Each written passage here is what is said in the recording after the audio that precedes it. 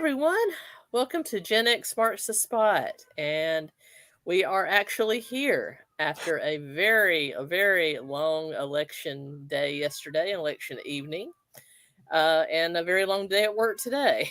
But last night you may have caught me over on this gentleman's channel. This is 𝗙𝗪𝗏 with the Front Porch Conservative. I was one of his guests on his election returns live stream, and we were there from start. I was there from halfway till about 3/4, but he was there from like 5 o'clock till 2:30 a.m. Correct, Brian? Yep, it was a long day, and Reuben Christopher Haynes hung in there with me the whole time, and bless his heart, he deserves a medal. Yeah. I mean, Darius Simpson was there, Brentley from the Dangerous Rhetoric podcast, Chad Manley, Chris from My Morning Mayhem stopped by. Yeah, it was a good long night. And let me tell you something, chat on both sides was fantastic. For example, Miss Lana, Miss M169 was there for the party. So very nice. Yeah, it was quite a night. I had a blast. And for those of you who don't know, I'm Tracy from Gen X Marks the Spot. I do true crime, pop culture, and Gen X nostalgia, as well as a touch of history and politics. And Brian, tell everyone about your channel and where they can find you. My name is 𝗙𝗪𝗏. I'm known in social media as the Front Porch Conservative. You can find me on Rumble. You can find me on YouTube. I've got a Twitter account, which is the Front Porch C1.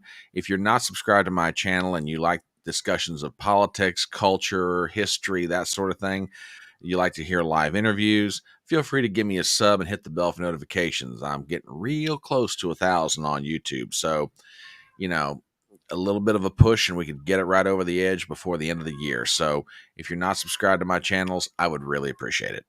Please go over and show Brian some love if you haven't subscribed to his channel, and also turn on notifications, because he, unlike myself, keeps a regularly consistent stream schedule, and he won't disappoint you, unlike me, who sometimes doesn't do as well with streams.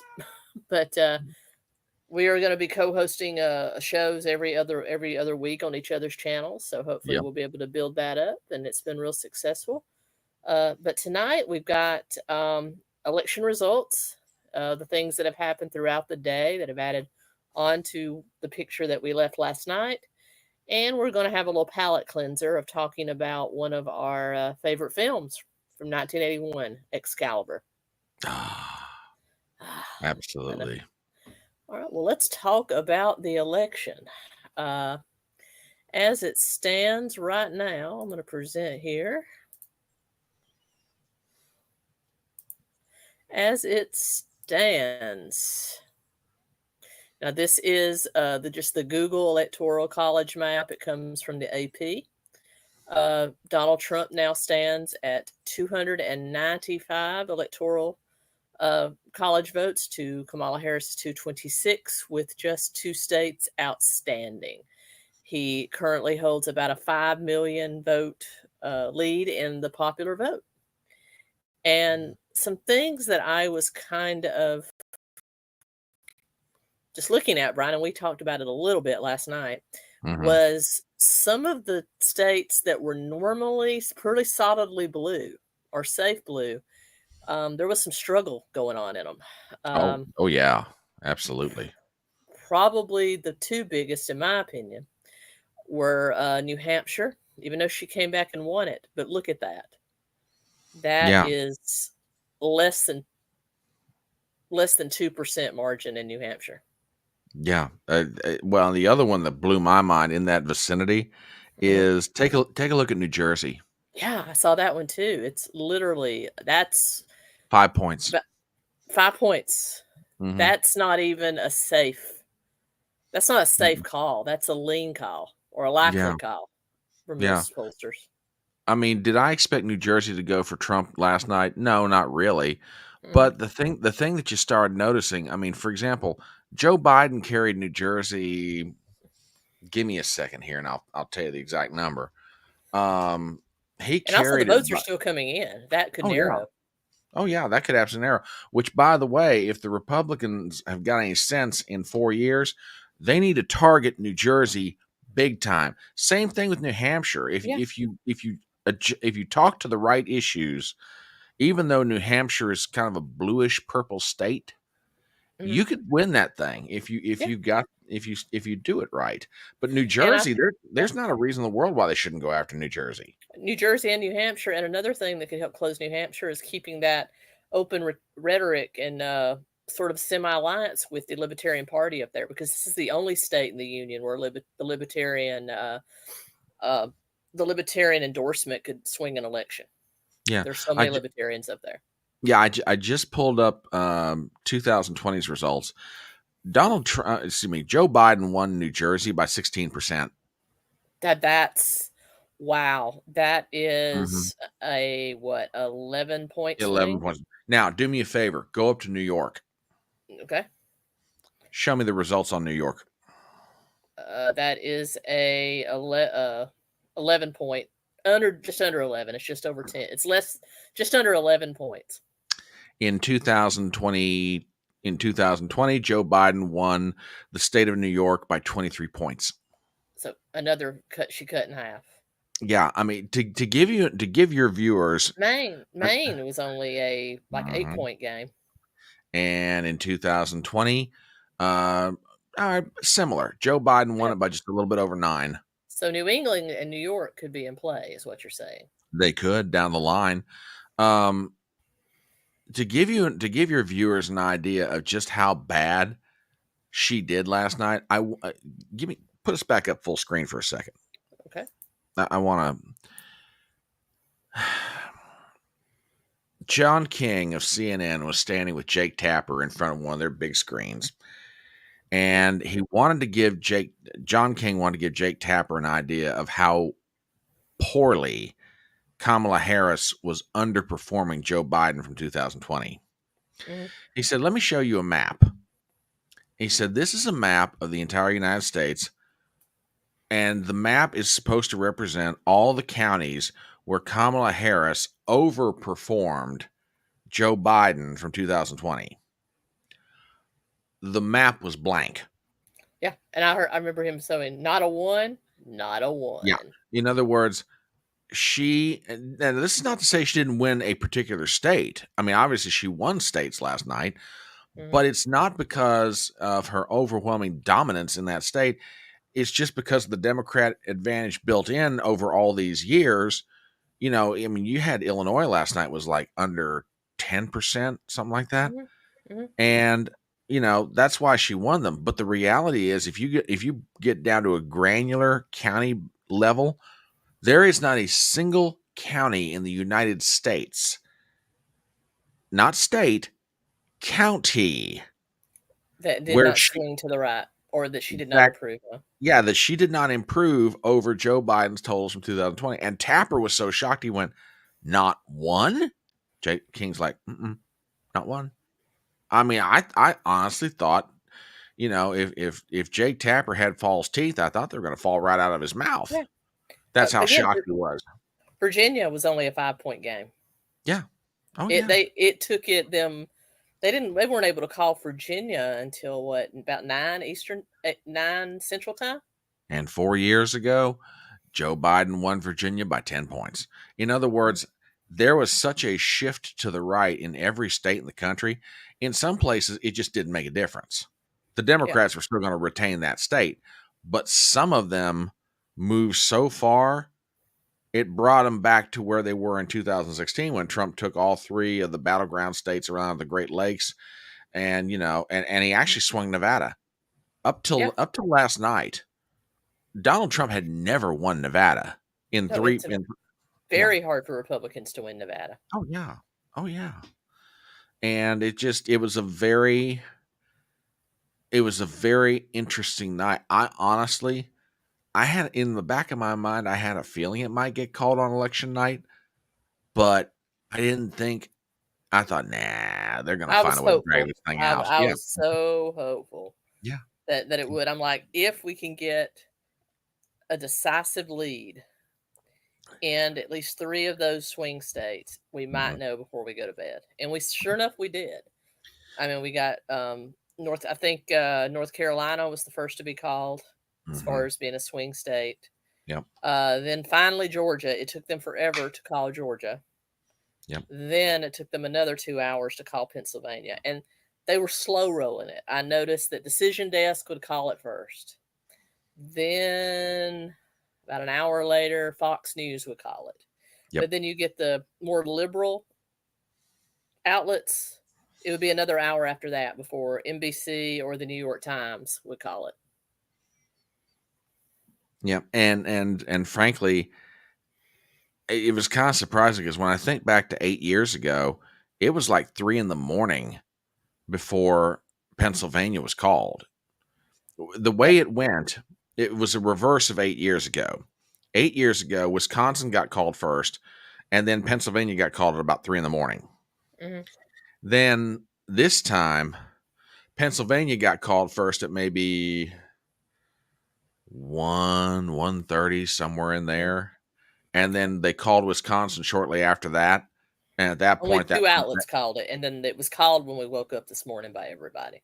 Yeah, and for purposes of the AP and everybody else, it put him over the top, and it's like, yeah, he's got the presidency. So, yeah. I believe Fox was the first to say he's president, and then Decision Desk. Yep, absolutely. But yeah, it was quite the historic night, truly. I mean, it was. But yeah. One other thing, as far as still some of our outstanding votes here, I just find this very fascinating. I've gotten so into the data and stuff. Here we see Nevada is still at only 85%. He's still got a good, comfortable 5-point lead here. So I think we can pretty much say that he's probably going to win Nevada pretty soundly. Arizona, that's about a 6-point game. It was only 61%. That's a little concerning, but I understand there's still about 1 million votes to count out there, and that normally takes a while. And it also took them a while to call Alaska, even though it was huge. A huge gap that she's not going to be able to overcome. Yeah, there's no way. And then, of course, the Senate race is even more interesting. Currently, we stand at 52 seats for the Republicans. Pennsylvania, we're still hanging on there by a very thin margin with 98%. I think McCormick will be able to hang on to that, hopefully. Yep. And that'll be a Republican pickup. That'll take us to 53. We still have a very thin lead here for Sam Brown at 85%. I'm hopeful that the rest of those votes for Trump will be down ballot, and so that'll help pull him over. Yep. And that'll be 54. And then here, this is the most interesting. I know Kari Lake is not everyone's cup of tea. I know she's kind of a female Trump, and sometimes female Trump doesn't work. You got to be a female something else, not necessarily a female Trump. I like her. I think she's a hoot and a holler, and I think she'd be really good and a bulldog. She's less than 3% down. And with 1 million votes left to count, that according to the people that I've heard that are heavily Republican, I'm still hopeful that he might pull her over the finish line. I think you're right. I was just doing a real quick peek at going back to Nevada because I just wanted to see something. There are primarily 2 Democrat counties in Nevada. One of them is Washoe, which is Reno. The other one is Clark, which is Las Vegas. But look how light blue they are. Oh, I know. Normally they would be like California blue, but they are lean blue at best. Yeah. Now the interesting thing about Nevada is most of the Democrat votes are going to come out of Washoe and Clark, which, okay, you would expect that. They're the population centers. Right. The rest of the state, if you're looking at it on a map, the rest of the state is like ruby red. And the thing is, there's still votes. I mean, for example, there's one county down near Clark, which is Las Vegas. It's called Nye, N-Y-E. It's not going further in, but it's not that big of a county per se. But I mean, there's still like, if Decision Desk is right, there's about like almost 45% of the vote in that county that's still yet to be counted. Well, just to give you an idea, I mean, Sam Brown is leading her by like 7,000 votes. So you can make an argument that his margin right now is just out of Nye County, and he's winning that county like 73-20. Right. So you got to Absolutely. figure when the rest of that rolls in, barring some surprise that nobody knows about, he's going to be able to hang on to Nevada. So there's going to be another pickup for the Republicans. And Okay. And again, look at to Arizona, Arizona, and yeah. again, Phoenix and Tucson, only light blue. Mm-hmm. They did not do the normal number they do on Maricopa. Yep, absolutely. And if there is indeed a million votes out there, then yeah, you're looking at a situation. She's only down by like 60 right now. Mm-hmm. So, and if the rest of that state comes in as heavy as everybody thinks it will, then yeah, she could close the gap. She could pass Ruben Gallego. And again, another Republican pickup. By the time this is all said and done, between McCormick, Brown, and Kari Lake, they might wind up having like 55 seats, a very comfortable majority. Right. Now, reminder, you have to have 60 to avoid filibustering. But they're not quite a super majority. But that's the biggest majority that Republicans have had, or actually either party's had in a very long time. Oh, yeah, absolutely. Absolutely. Yeah, which... Go ahead. I'm sorry. No. I was going to say, then on the House, looks like we're going to hold the House. There's still a few Republican outstanding, but it looks like we are going to, and of course, being Arizona, the rural part of Arizona, Alaska, the rural part of Washington, I think we'll hang on to in Iowa. I think we'll hold on to those seats. I really do. Yep. Mm-hmm. Yeah, and so long as they can get to 218, that'll give them the majority. Preferably, you'd love to have a whole lot more than that, but sometimes it is what it is. So yeah, we just want to be protected from shenanigans, because I was really, really afraid that they might pull some shenanigans and refuse to certify the vote or do something else. It's, the fact that Kamala did not concede last night was concerning to me. Even Trump conceded the night of, when he lost in 2020. That was concerning, but from what I understand, of course, she conceded officially in a speech this afternoon about 3:00 Central Time, and had already called President Trump and conceded as well. So, yeah. And she did say that it's going to be a peaceful transition of power. There was also a statement from Barack and Michelle Obama. I don't know why we still have to get statements from them, but can we not turn the page on Obama saying that there will be a peaceful transition of power, which leads me to believe that he's really, really heavily pulling strings right now. Yeah, well, I mean, and that also begs the question. After last night, Obama is still going to have influence in the Democrat Party. The question becomes, how much is he going to have? Because with the passing of time, his influence over the control of the party is going to become less and less and less. And there's a lot of problems in the Democrat Party right now. Matter of fact, I'm also like, dude, you're a multimillionaire. Just retire. Don't you want to retire and enjoy your life? Yep. That just shows how power hungry some of these people are, and it's scary. Yep, absolutely. And to this question, what happens to JD's Senate seat? Well, if state law in Ohio is consistent, then what will happen is the governor makes the appointment of the replacement. And depending upon how far into JD's term, it may or may not, and again, I don't know Ohio law that well in this matter, it may or may not trigger a special election. But at a minimum, the governor of Ohio, DeWine, will appoint JD's replacement. Now, I know who I'd love to see. Is DeWine a Republican? Or? He is a Republican. Okay. Or as I lovingly refer to him, Governor DeWine. He's not exactly MAGA, if I may say so. He's a rhino. Yeah, he's kind of old. I mean, he's not. He's a corporate Republican. Yeah, he's more like a 90s Republican. Okay. Right. Well, I can handle a 90s Republican. It's the rhinos that infuriate me.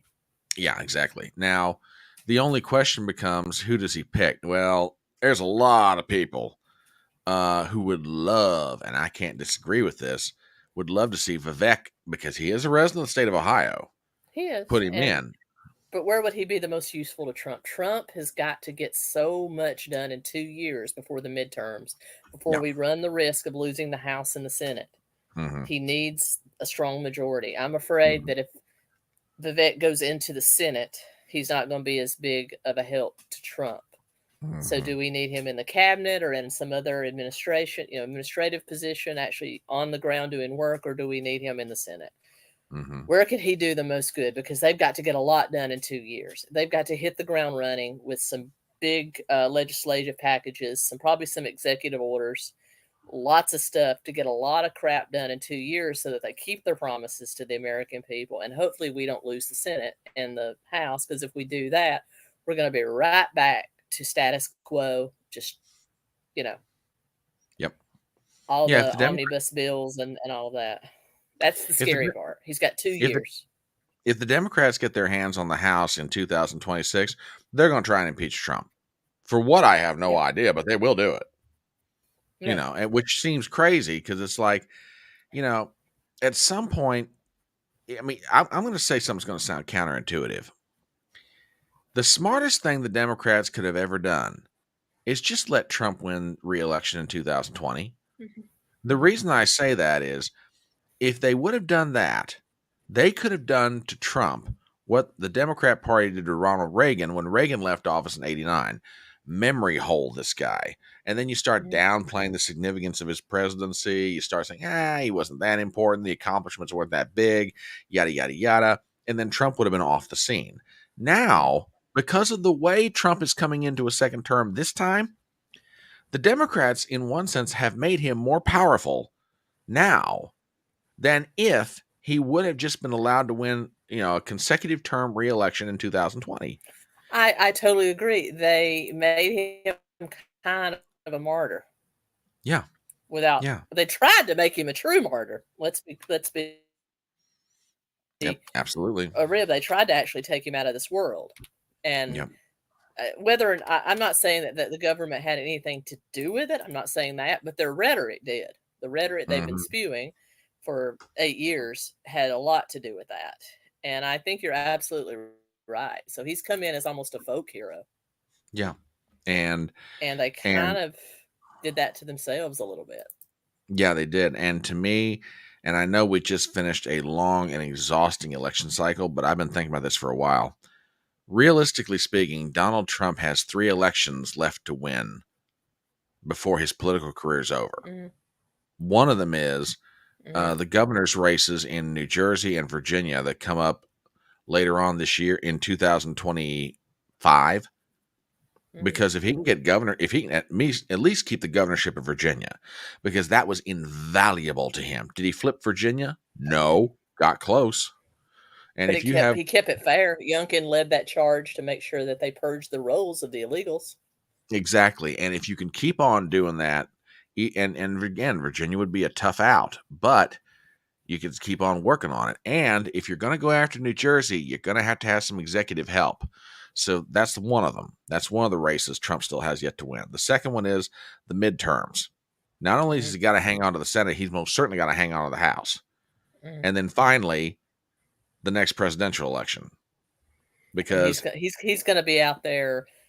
I think the Republicans have secured their new strategy for elections moving forward. Rallies, make it fun, make it rah. So the Trump rally has set a precedent for the Republican strategy moving forward. So he's going to be out there doing rallies for other candidates.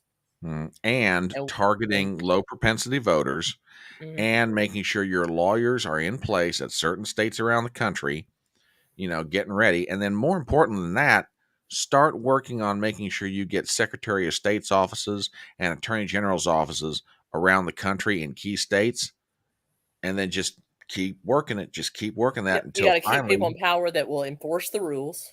And that way you don't have to have your daughter-in-law, Laura Trump, as in the RNC, have to do all the babysitting, because she can't do that. I mean, she did an excellent job on the ground this time, or the RNC did, but you can't have the party being the executor of the rules. He had to do it now because he can't trust half of the attorneys generals in this country.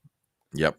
It was only because of the RNC and people on the ground like Scott Presler literally saying, I'm filing a lawsuit and a complaint right now, that a lot of this stuff was stopped. Yep, They absolutely. made them recount 30,000 votes in Milwaukee because of shenanigans.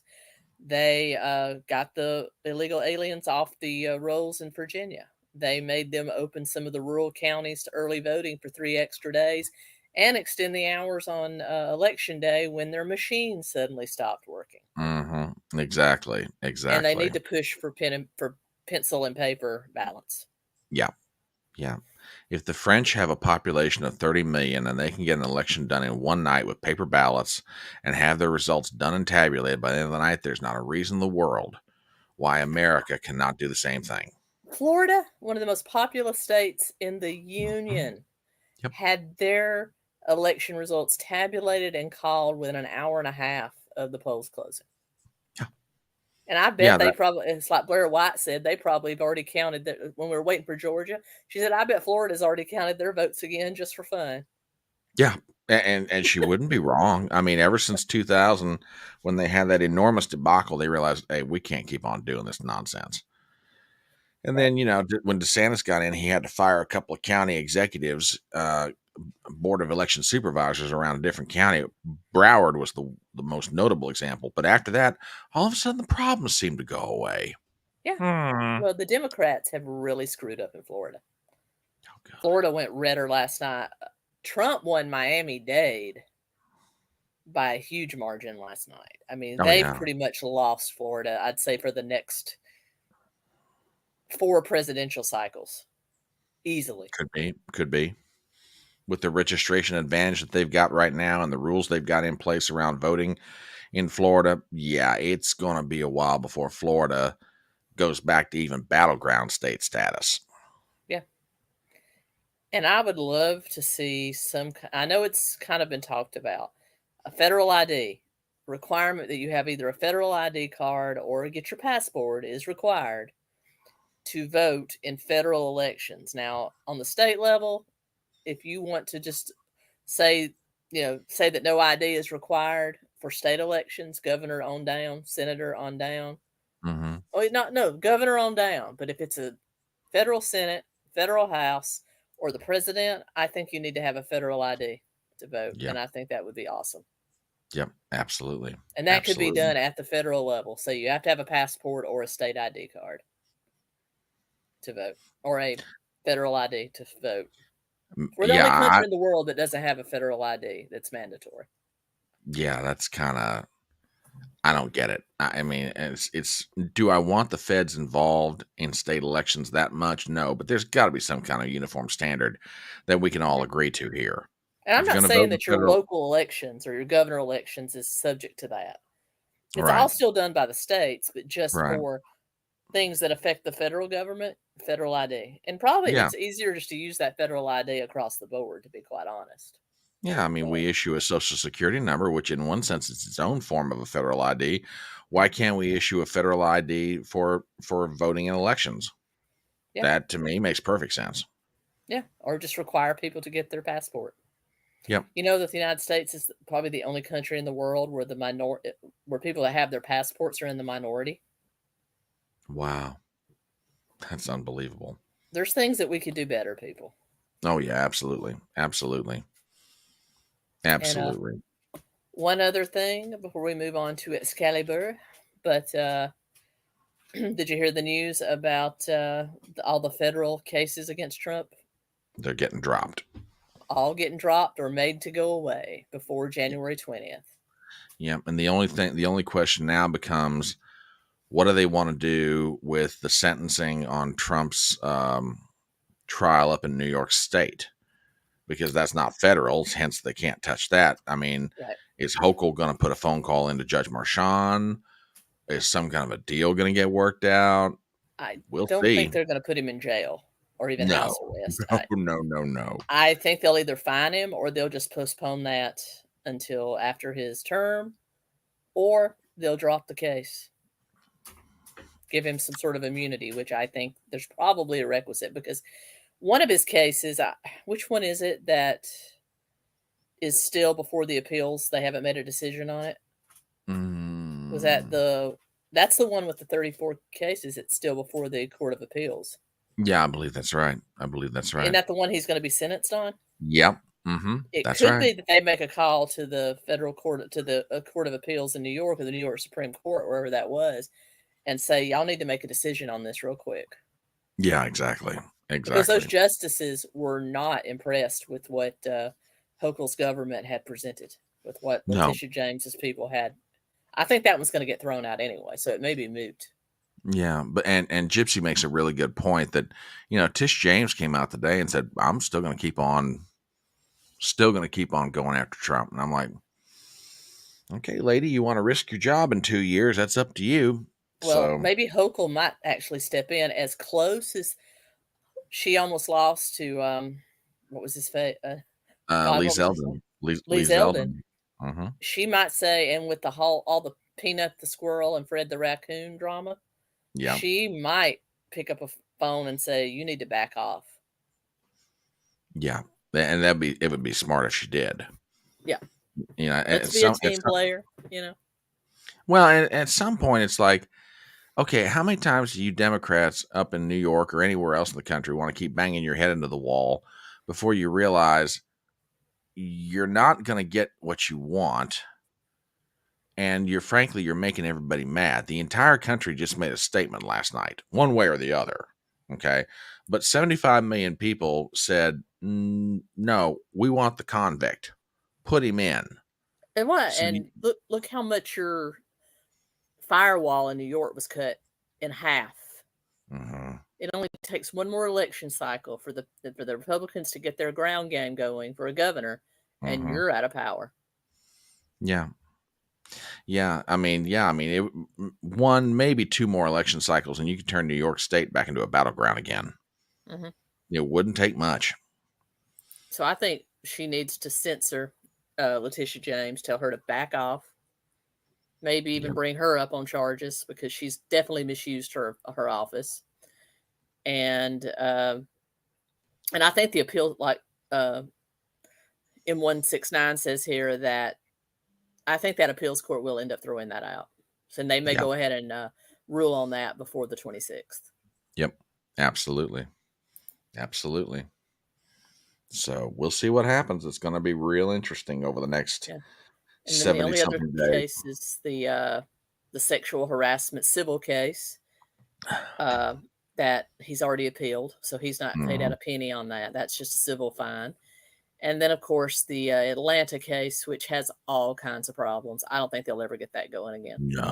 No, they won't. Matter of fact, it wouldn't surprise me if after January it just very quietly goes away. Yeah. Which really wouldn't. This was all kangaroo. Every single bit of it was kangaroo to prevent him from running. Yep. Or if he was going to run, tie him up so badly he couldn't really concentrate on campaigning and the election. So the next 70-something days are going to get really interesting. Truly indeed. Oh, truly and Special Prosecutor Jack, he's gone. They've already said he will be gone before Trump takes office, because Trump already said, I'm terminating your contract the minute I get in office. Yeah, he's not a regular DOJ employee. I think he's just a special contractor. But yep, yeah, I hate that for poor old Jack. I wonder if he'll be able to find anything to do after January. Darn it! There's a lot of people scrambling right now in the federal government. Yeah, they're lawyered up. Trump's going to come in. He's going to have his people come in and cut. Yep, and my response to that is great, long overdue. Yep. On so many different levels. And they need to do a significant portion of it in the first 2 years. The tax cuts need to come. The tariffs need to come. And then you need to work on the deportation of the illegals, closing the border, coupled with closing the border, and cut significant waste off of the government bureaucracy. Absolutely. Absolutely. I mean, can you imagine the effect? I mean, I was getting my hair cut the other day. And drill. You need to mandate drill, reopen the Keystone Pipeline, all of that. Yeah, I was talking with the lady that cuts my hair. I said, let me ask you a question. And if you don't want to answer this, that's fine. I said, Trump's policy on his proposal on no tax on tips, will that help you? She's like, hell yeah. She's like, I could actually declare my cash income. I'm getting off tips again. It would work out great for me. I'm like, okay.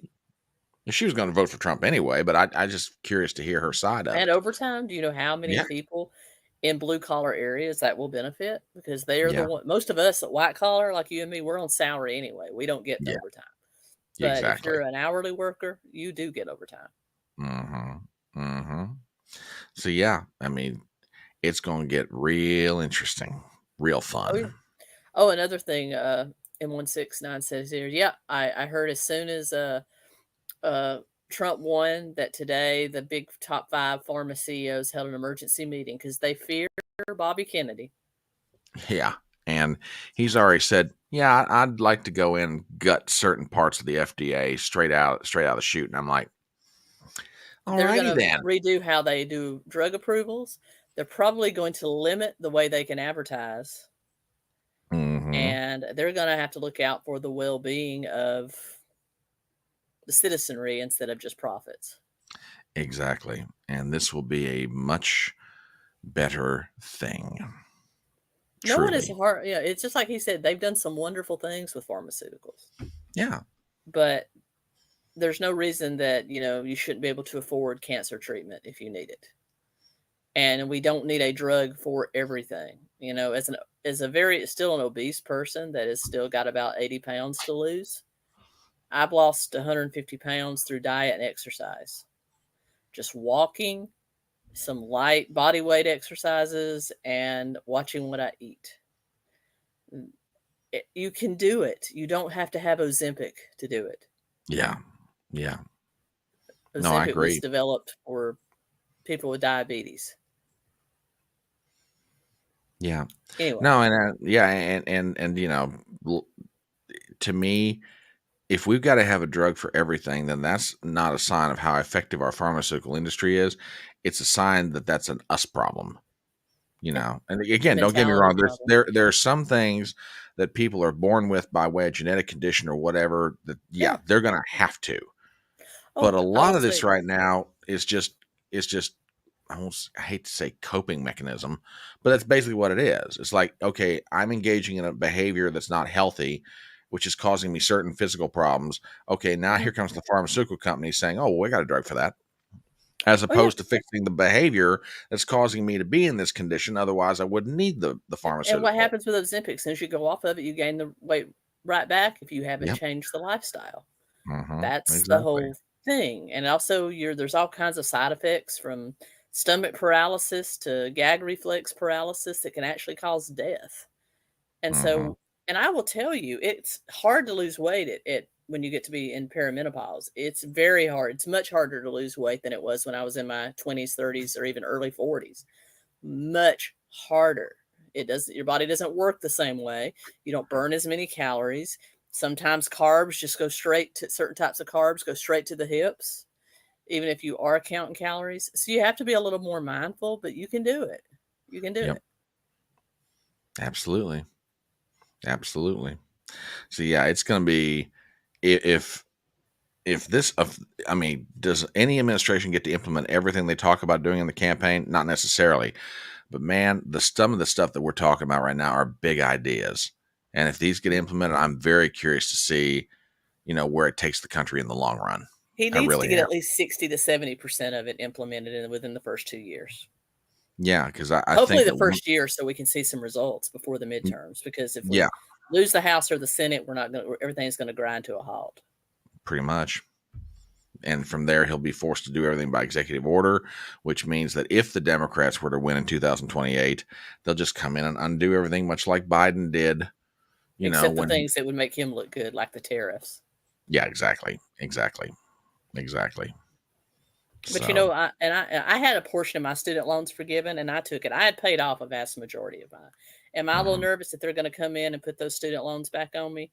Sure, but if they do, I'll pay them. But in the end, I don't think they will. I think they'll say, American people, if you got the student loan forgiveness, You benefited from that. We're just going to turn the page on that, but no more forgiveness.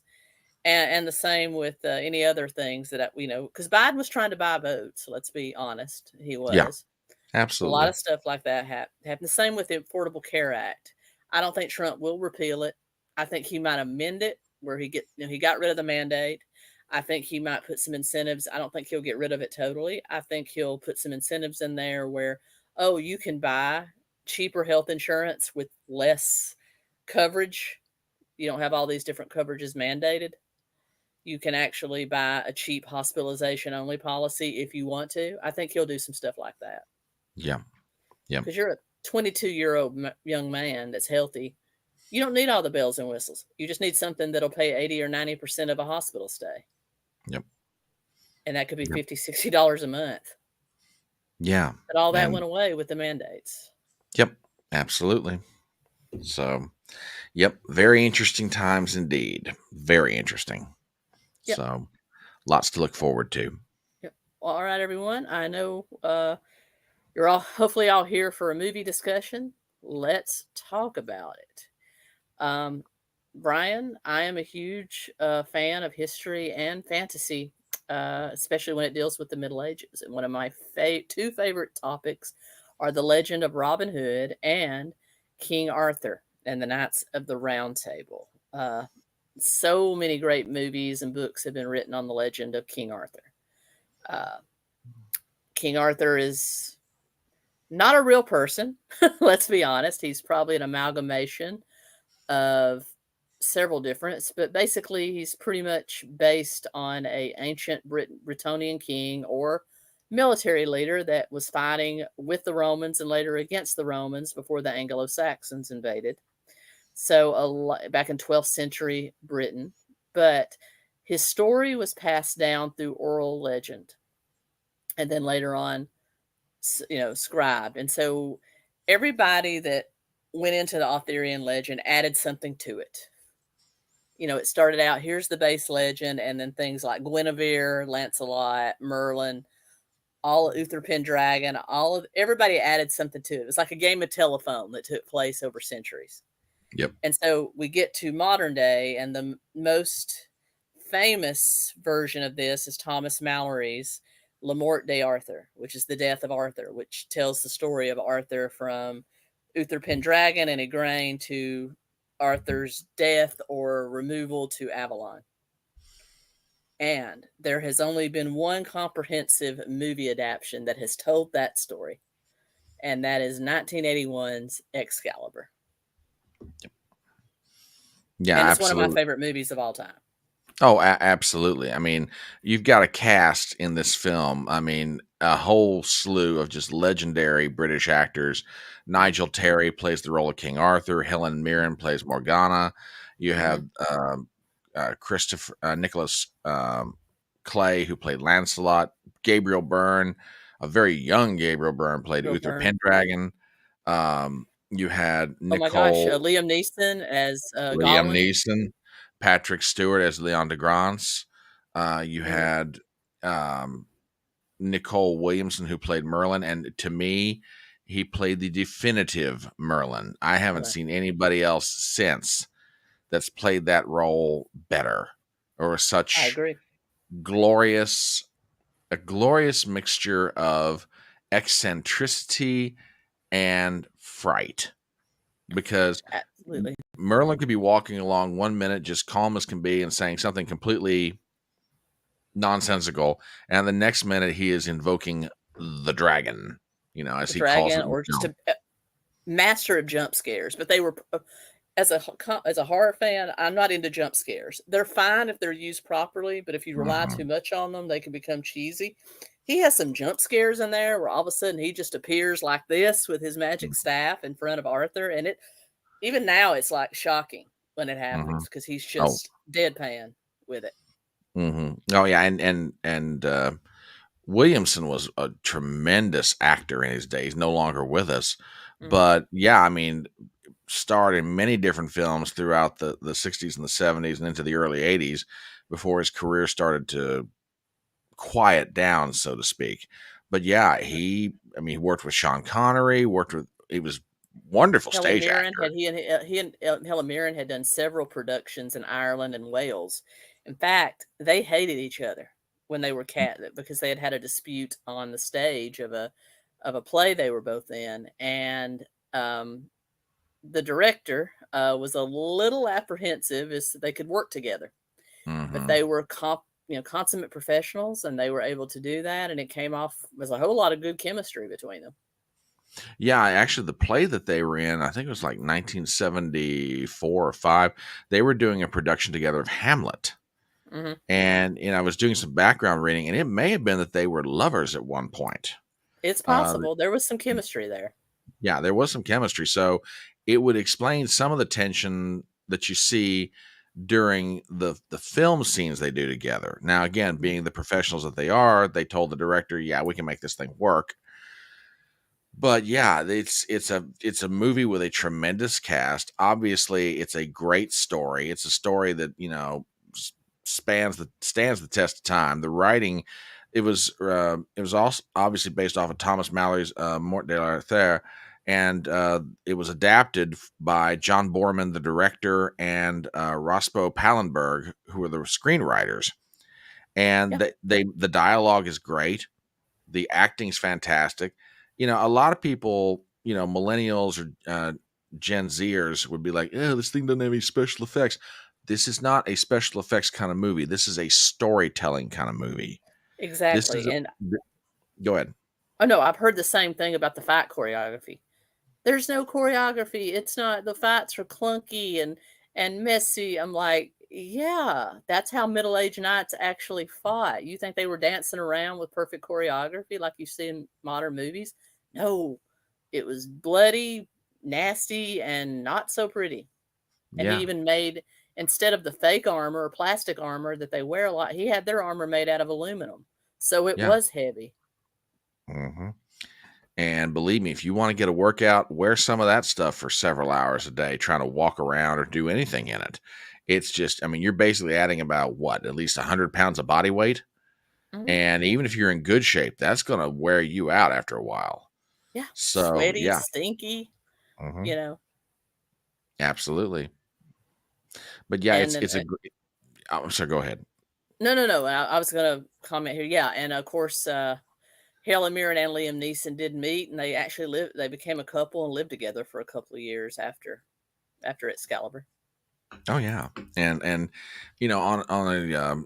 on a less than professional movie reviewer sort of thing. Let me tell you, Helen Mirren was looking very good in this movie. I am not gonna lie, she was looking, babe. You're just Now Guinevere wasn't very shabby either. Neither was Igraine.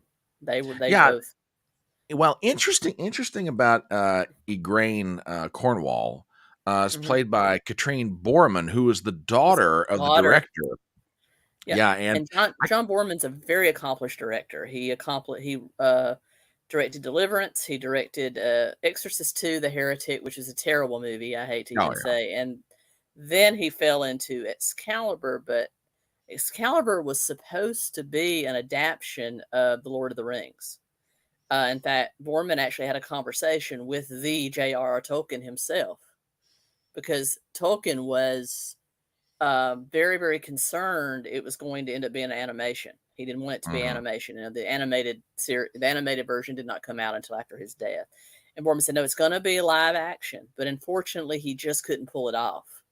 yeah, And so, but he took the sets and he took the locations, which it was all shot in Ireland and Wales, and he turned it into an adaptation of *Le Morte d'Arthur* instead. And so that's the reason I think it's so fantastical.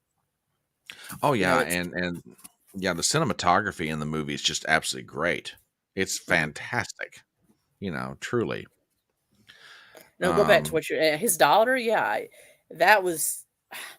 I don't know how I'd feel about my daughter having to do that sexy dance in front of a bunch of men dressed in armor. I was getting ready to say, you gotta kind of wonder what was going through John Borman's mind when his daughter is out there doing that scene, and it's like, "Ugh, okay, you're really doing that well. You're doing it a little too well for Dad's taste, but okay, it's really working on the camera. So let's keep going with it." It's like, Yeah, an interesting conversation to hear between father and daughter after they said cut. It's like, okay, you did I good, just kid. said Not shake it a too little good. bit, not do a full on striptease, but it really wasn't. It wasn't trashy. It was just, it was kind of Very, artsy. very sensual. Yeah. Yeah, Yep, it very was. much so. Yeah. But the story starts with Arthur's father, Uther Pendragon, who this is 12th century Britain. Before the island was even divided into Wales, Britain, and Scotland, it was just the island of Britain. And Dark Ages, there was a warring feudal lords to take control of the kingdom. It had come down to Uther Pendragon and the Duke of Cornwall. And Merlin presents Uther Pendragon with the Sword of Power, Excalibur, which is held by the Lady in the Lake. And he strikes up a truce with Cornwall, telling him that if he will enforce the king's will, everything from the Atlantic Ocean to the river that divides England and Wales would be his, and he would be the Duke of that entire area. And he agrees to it. And then Igraine dances at their celebration, and Arthur throws it all away for lust. I mean, Uther throws it all away for lust. Yep. Yep. And yeah, it's just Gabriel Byrne does a wonderful job playing the role of Uther Pendragon, and you realize very early on. I mean, the film revolves around stories about this character, that character, their inner relationships with one another, but John Borman, the director, and as one of the screenwriters, brings it back to Excalibur. How does this sword affect the Pendragon family? Well, Uther wanted it, not so. I mean, and I love the way that Merlin states. He says to heal, not to hack, because Uther tells Merlin, the sword. You promised me the sword. He said, and Merlin's like, and you will have it, but to heal, not to hack. In other words, I don't want you using it as a weapon of harm. I want you to use it as the thing that brings these people together in peace. Well, Uther, he did it, but he didn't really appreciate what Merlin was trying to tell him. Uther never got it. He never got it. He used it as a weapon to subdue the lords and knights under him. He never really used it as a symbol of the kingdom, which is, I think, what Merlin was getting at. Well, and Merlin, to a large extent, through Arthur, got what he wanted. Well, was it perfectly what Merlin wanted? No, because there were moments in the film where you see, because of Arthur's anger or his emotions, he misuses Excalibur. But by and large, Arthur Pendragon, played in the film by Nigel Terry, does a wonderful job of applying what Merlin's trying to do. Use Excalibur as a symbol of peace. Use it as the thing that brings the island of Great Britain to be one.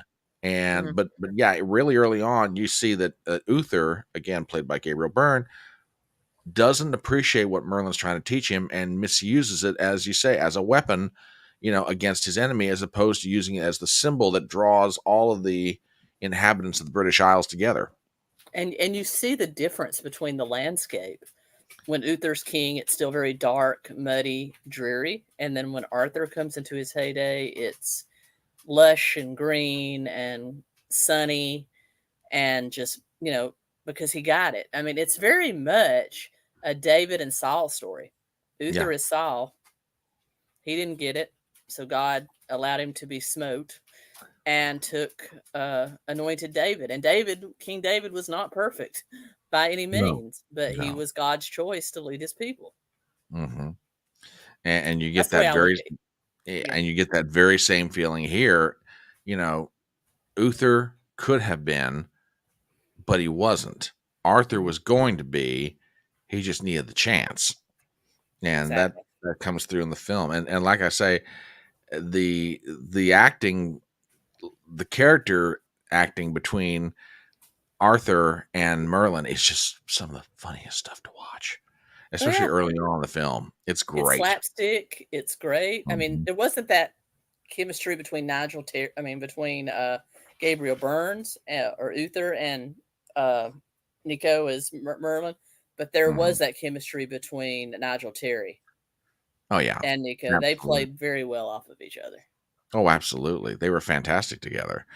And, I mean, and how it was that Arthur came to possess Excalibur, it's amazing cinematography to watch, and Nigel Terry plays that scene beautifully. It's if you've never watched the film, it starts out where, he had forgotten his brother's sword because at that moment in the movie, Arthur is playing the role of squire to his brother Kay. And his Well, adopted father. Yeah. the son of his adopted father. Well, he goes to try to get Kay's sword. Well, it gets stolen. Well, he's running around trying to chase the kid down who stole it, and he turns around. There's an Excalibur, and he pulls out of the rock He said, "Oh, as a though, sword! I can just get that one," because oh, great, I'll he just grab that one. he stopped at a blacksmith's, and there was a bunch of swords there, and he thought about stealing one of those swords, Yeah. and then he thought Till- better of it, and then mhm. went looking for another sword and found the sword in the stone. Which this is a since Uther had been killed. Um, so Uther traded whatever came of his union with Igraine to Merlin for the chance to schlep Igraine. That's basically what it boils down to. And basically, Merlin, after the Duke of Cornwall has rode off to fight Uther's army, he basically changes with the breath of the dragon, which is the center of the earth, the magic, changes Uther into the form of the Duke and allows Uther to pretty much sexually assault Igraine, and she becomes pregnant with Arthur.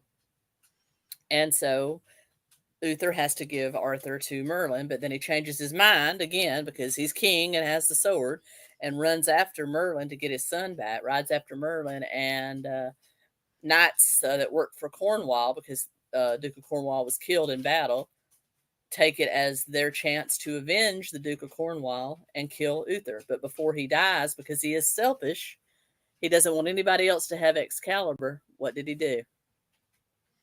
He Mhm. drove Excalibur into a stone, and no one had been able to remove it. And so the knights were having a tournament.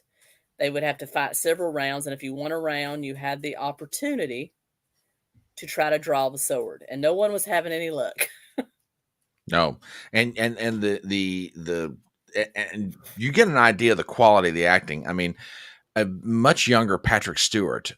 This was probably maybe about 5 years before he took on the role of Jean-Luc Picard on Star Trek: The Next Generation. So he's probably in his early late 30s, early 40s, maybe. Mm-hmm. And you get an idea of the quality of the acting just watching how they're trying to remove, because they're just straining with every effort that they can.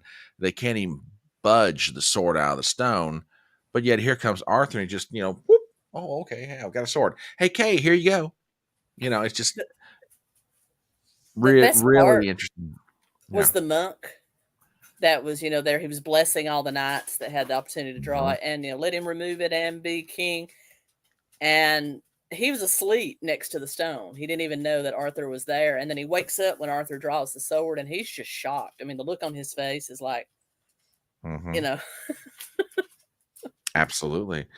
And a little piece of trivia for you. The Earl of Cornwall that it gets killed very early on in the movie is played by Corin Redgrave. Now, if the name Redgrave sounds familiar and you're wondering, related to Vanessa and oh yeah, he's the brother of the two famous Redgrave sisters. Vanessa So and Lynn. yeah, Lynn and Vanessa. That's their brother who plays the role of Cornwall, Yep. and doesn't have a very big part in the movie, but it's very important because his death and Uther's infidelity with Igraine causes the child Morgana to remember everything that happened, including Merlin's interference.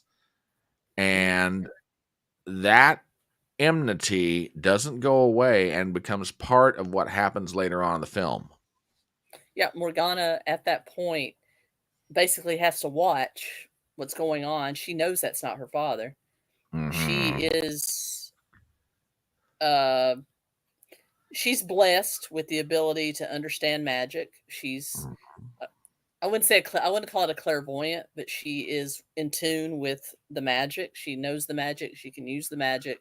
She hasn't been trained in it, but she knows what's going on. She's able to see through it, Mm-hmm. and that lays the groundwork for everything that happens. She's basically wanting to harm Arthur to get revenge on Uther for what he did to her mother and her family.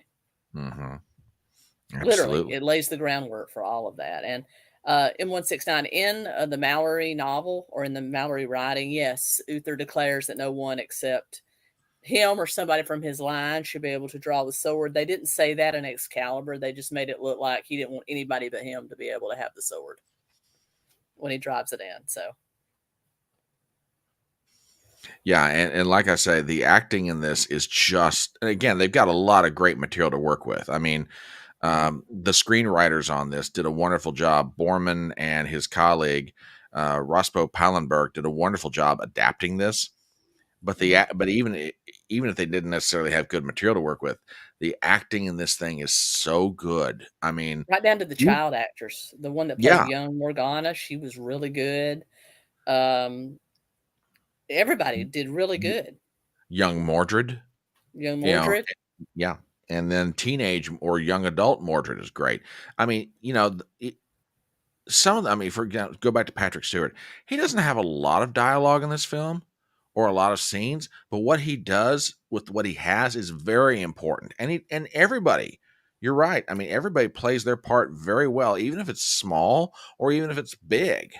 No one That's really just has a how, huge amount of dialogue except for the main characters. I mean, yeah. even Liam Neeson, Godwin, you don't Hmm. really he's in the background as a knight, but you don't really Hmm. see him a whole lot. The only like part he plays is when he accuses Lancelot and Guinevere of having an affair, and he has to fight uh, Lancelot. That's really the only time he has any primo screen time. He's really in the back, and once Guinevere marries, because Patrick Stewart's character is Guinevere's father. Hmm. Once Guinevere marries Arthur, you really don't see him anymore. He's kind of gone. Yep. Yep. Absolutely. But yeah, it's beautifully acted. The cinematography is fantastic. The location scenes are great. Mm. Look, there's nothing about this film that's bad.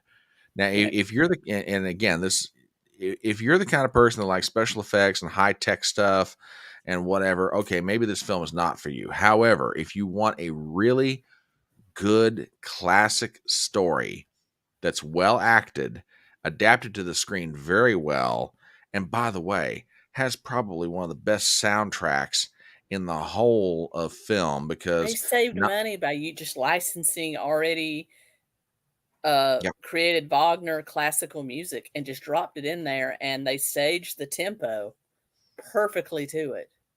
Yeah, the music for the film was done by a gentleman named Trevor Jones, Mm. and he had worked on Excalibur. He'd worked on Dark Crystal, Last of the Mohicans, any number of different things. So this guy knows his way around a cinema score. And between that and uh, German Wagner music, oh my gosh! I when Trump was declared the winner last night, I pulled out just a snippet from Excalibur, the Mm. scene later on in the film when Percival returns Excalibur to the Lady of the Lake. Hmm. That piece of music I used for the announcement of Trump having been elected president because it was just that inspirational. It's just that Yeah, full of life and full of yeah. It's just like yeah. yeah, this is good And music. another Let's good one put it is in. when Arthur's knights are riding to face Mordred after the Earth is being renewed. Yeah. When he Oh realizes yeah. that he and the Earth are one and it's Hmm. being renewed, that Wagner piece there, where they're riding into battle, that's Yep. very inspirational as well. Oh yeah. Yeah. I mean, it's just the music. There's nothing bad about this film. Or not No. really. I mean, And it's very could you? realistic in a way. I mean, Yeah. yes, it's very fantasy. You could tell it probably was designed to be Lord of the Rings because of all the mystical looking. That's also just Wales and Ireland. The very mystic, muddy, classical fantasy looking things, but they didn't build any huge, beautiful castles like you see in Game of Thrones or any No, modern no. Middle Age movies. They used actual castles that were there from the Middle Ages, and they were not pretty, were not modern, but it made you feel as if you were really in the Dark Ages.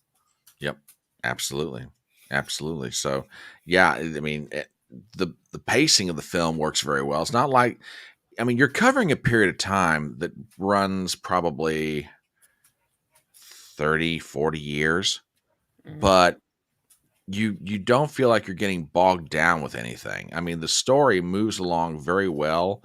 It's not like anything's rushed, but then again, you're not like slogging through something to get to another part of the film or another era of it. It just, the continuity of everything just moves very naturally, you Mm-hmm. know, from a very young Arthur falling in love with Guinevere to them, Camelot to, the betrayal by Guinevere to Lancelot, and Mm-hmm. all of that. It moves along very, very well.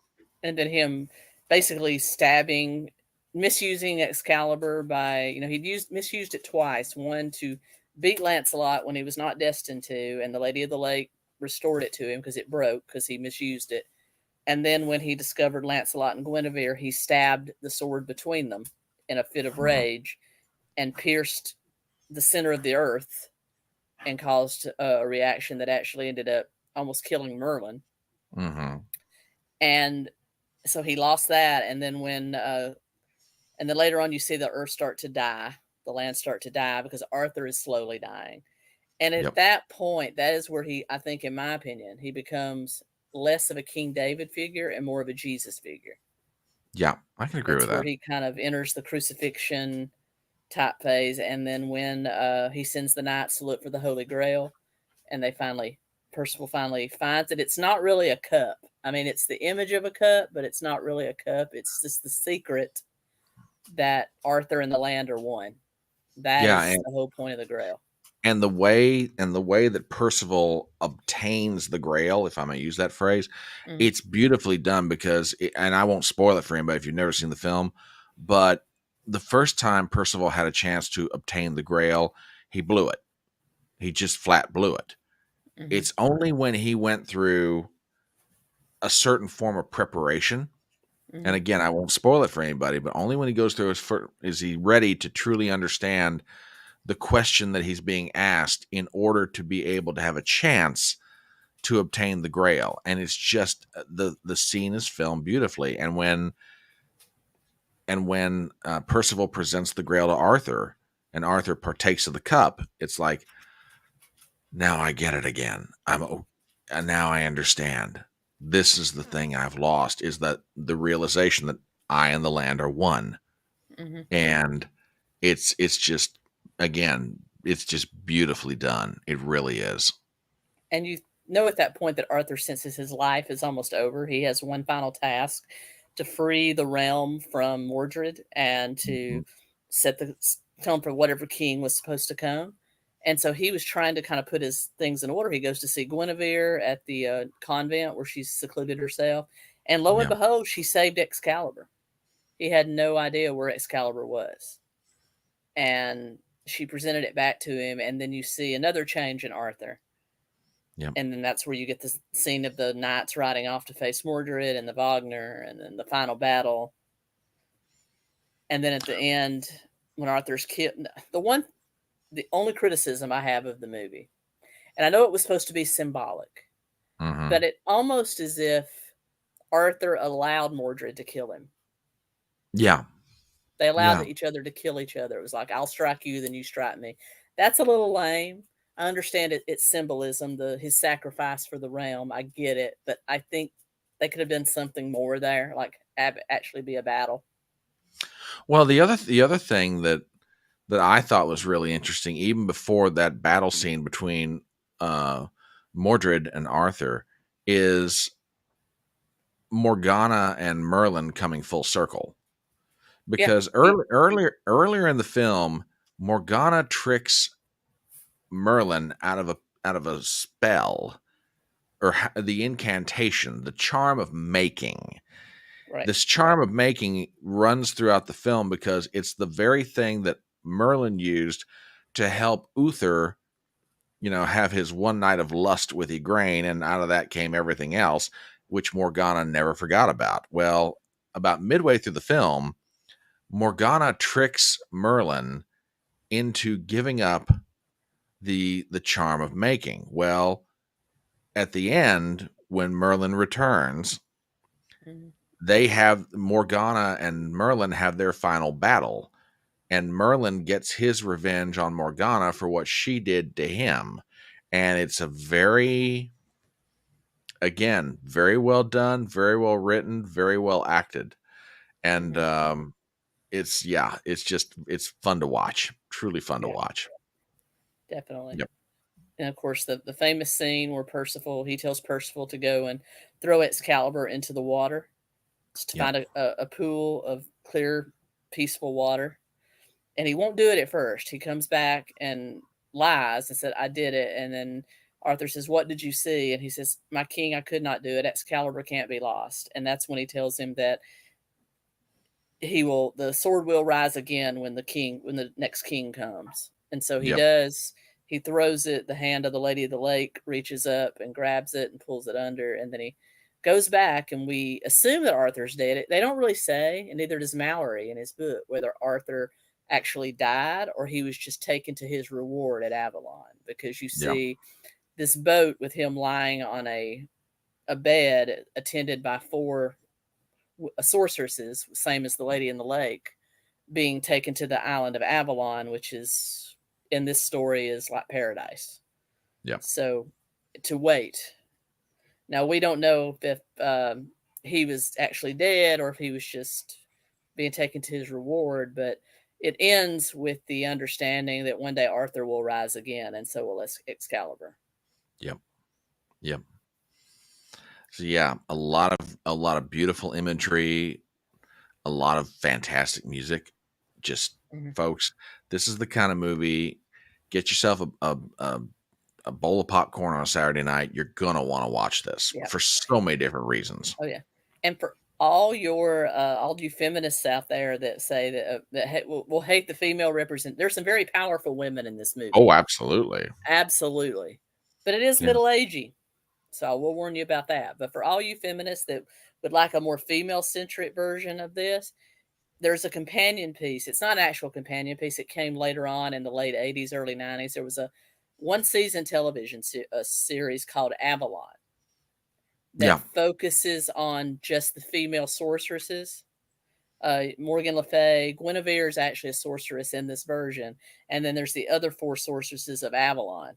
And it focuses on their backstory and the buildup to Excalibur. Well, and then there's that made-for-television film, The Mists of Avalon, with Julianne Margulies, Angelica Houston. I'm trying to think of who else is in it. But those are the 2 names I immediately remember right off the top of my head. But I mean, honestly, Helen Mirren's Morgana. I mean, if you ladies out there who call yourselves feminists want a badass character, Morgana is badass. She is, and Helen Mirren just oozes seductive evil. She's definitely a femme fatale, and she's very powerful. Oh yeah. And now Guinevere's kind of damsel in distress in this version, but she's a good character and a very pure character. She's kind of damsel in distress. I love her. If I had to choose any of the females to be, I'd want to be her. But in the Mists of Avalon and Avalon, she's actually a sorceress herself, and she's very, very, very, very powerful. I think so definitely. I mean, the film is not all about the men. It's not all about Arthur or Merlin or Uther or or Lancelot or anyone else. There's a good balance. And again, when you're adopting from Thomas Mallory, you've got a lot to work with. So you can take it just about any way you want to go. And like I said, Borman and his writing companion did a wonderful job with this. They really did. And there's a and if you want, get the Thomas Mallory version of the story. It is translated into English where you can read it. Yep. He's a French writer, but it is translated where you can read it, and it's a wonderful story. It really is very True. very verbose. But if you enjoy C.S. Lewis and Tolkien, you'll enjoy reading it. Absolutely. Absolutely. Yeah, a little bit different than T.H. White's The Once and Future King, but Mm-hmm. yeah, more Le Morte d'Arthur is a fantastic read. I really recommend it to anybody. Yeah, and there's other versions of King Arthur out there that are very good. In fact, that's what I loved is that if you wrote a version of Arthur and you came up with something that everybody liked, it sort of became canon.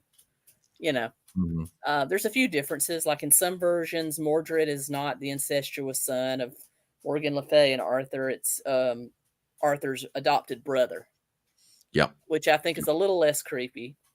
Uh, and then Yeah. in some versions, you have Galahad, which was Mm-hmm. not mentioned in this version, but you do have the knight Galahad, which ended up kind of being the return of Arthur in a way, but he was Yep. actually Lancelot's son, and he ended up coming back to kind of take Arthur's place with Excalibur in the end. Yep. Yep. Yeah, there's a little there's you can do all kinds of things with the Arthurian legend. It's like you said, whenever somebody gets a hold of something, they just make a little tweak to it and it just kind of rolls on down the road. So I agree with you. In just Avalon, she's much more powerful, not the Mists yeah. of Avalon. So I apologize for that. Yeah. In the Mist in Avalon, you got into the '90s feminism. She had to be powerful. Yeah. Yeah, exactly. Exactly.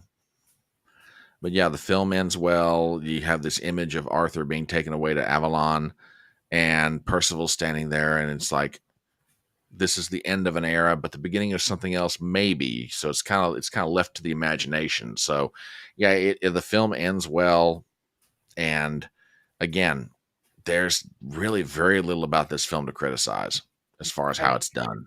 Really, really good. And I Yep. think we've been looking for Camelot ever since. This imagery has affected our own history. I mean, what did we call the Kennedys in their heyday? Mm-hmm. Camelot. Yep. We have Yep. this fascination with the warrior, poetic, divine right king. You know, even in a democracy or even in a republic like us, we have that vision of the ordained leader and the perfect golden age. Well, it's also a testament to how much the legend is beloved, regardless of which culture you're talking about. I mean, Mm-hmm. here you have a British legend, and obviously America is descended from Great Britain. But yeah, Mm-hmm. that down through the centuries, that legend is still something that resonates. Not just with the people of the British Isles, but with the American people. And we will adopt certain parts of it, we'll reflect on certain aspects of it, and we're still making films about it. I mean, ever since Excalibur, which came out in 1981, you had another rendition of it in the early 2000s, which was King Arthur, which was Clive Owen, Natalie no and not Natalie Portman, it was Keira Knightley. Stephen Delane played Merlin. You had Is that the one where he was just a warrior? Yeah, With the Romans. Yeah, and again another wonderful supporting cast of actors. And then you great. had King Arthur, Legend of the Sword was another one that was decent. Yeah. So yeah, I mean, but Excalibur's the definitive version to me. opinion. Absolutely. If somebody doesn't know anything about the Arthurian legend and they don't want to bother reading the books, this is the movie I'm going to give them. Yeah. I will give them this one and say, have at it. Because the later versions, they leave out certain parts. They leave out Uther. They take Arthur from being a king down to just a military commander. They don't follow the lore, in my opinion. Yep. And then there are other versions that I love. I love Walt Disney's Sword in the Stone. It only covers half the story from Arthur's birth through him finding the sword. It's kind of whimsical and kiddie, but it does mention Uther. It kind of deals with the right of kings and him having to earn the sword and to become the king that he's supposed to be. So it's about half the story. Mm-hmm. And then the other one, which is only half the story on the back end, but it is a classic. And if you want a good laugh, it's always good for a laugh. And that's Monty Python and the Holy Grail. Oh, yeah. Yeah. You're my king. I didn't vote for you. Yeah, that whole monologue at the beginning I'm between oppressed. I'm oppressed. help, help, I'm being repressed. Come see the violence in the system. Shut up. Yeah. And the Listen, fact that they ladies, used ladies, coconuts because yeah. they couldn't afford horses, it just Ladies going around passing out swords is not some basis of a system of government. Shut up. Now, do you mean a European or an African swallow?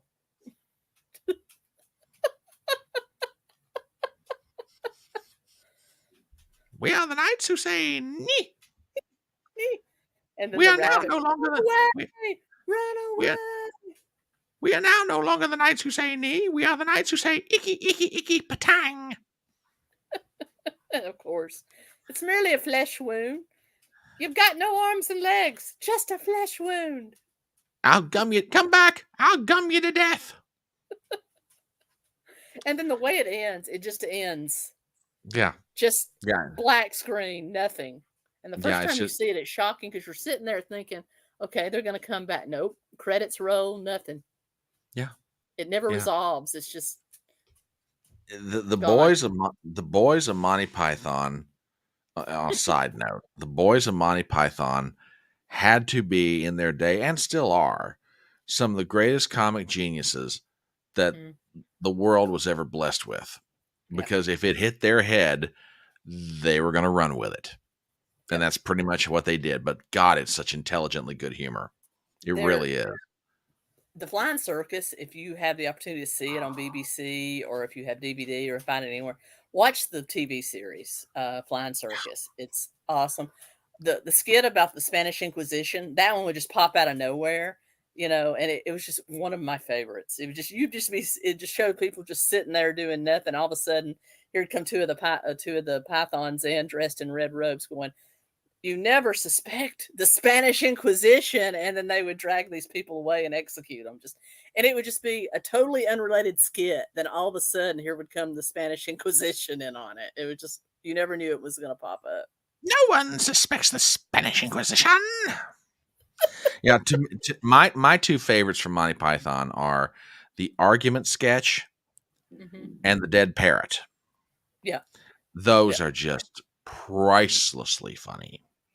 So, and I love Life of Brian. I love Monty Python. I love the Holy Grail, but Life of Brian is my favorite Python movie. Yep, it's good stuff. Totally good stuff. How do you know she's a witch? Did you see a nose?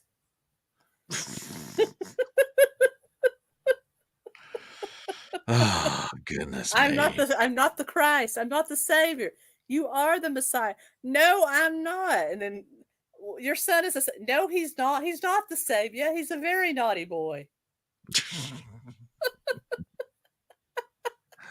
Oh gosh.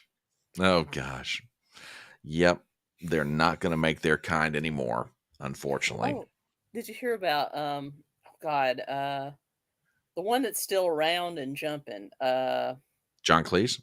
John Cleese. He got they did 𝗪𝗪𝗪, which was the stage rendition of the Holy Grail.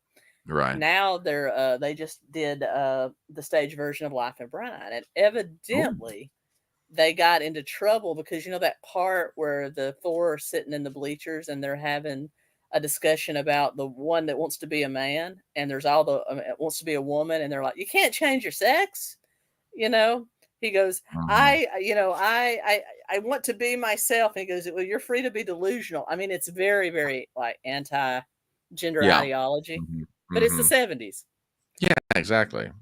And it's common sense. And they wanted John Cleese to take that part out because they were afraid it would offend the Alphabet Mafia. And he said, no, absolutely not. If that part's taken out, there will be no stage production. Good on him. So yeah, he's not based at all. He's still pretty liberal, but he's like, that's stupid. I'm not taking that out. Like, that's a funny line. It's stupid. It's a funny line. This is about free speech. We're not going to do that. So yeah, I applaud Cleese for that one. I don't blame him a bit. That film has stood the test of time. We're not going to go changing it now. Exactly. Well, I think we've come to the end. Brian, as always, thank you for Pleasure. joining me. Of course, we give Excalibur 2 very enthusiastic thumbs up, 10 out of 10 stars, would recommend. Go check it out if you haven't seen it. Check out Monty Python and the Flying Circus. Check out all these other great movies. If you never saw it, check out The Sword and the Stone from Walt Disney. It's one of the better of the Disney classics. Absolutely. But yeah, thank you for joining us. And for everybody that joined us on the election live stream last night, thank you so much. Brian, tell everyone where to find you. Again, you can find me on Rumble. You can find me on YouTube. I do a regular through the week live stream called Chatting on the Porch. I'll be doing it again tomorrow night, 7:30 Eastern. And then on the weekends, you can find me at Front Porch Brunch, Saturday mornings, 10:30 a.m. So we'll be back tomorrow night. Again, consider following me on YouTube and Rumble. And also I have a Twitter account, the Front Porch C1. Follow me there for updates about videos, live streams, interviews, that sort of thing. Appreciate it very much. Well, everybody, you know where to find me. I'll be back really, really soon with another video. I've got 2 in the works for you. It'll be out really soon. And until next time, Gen X.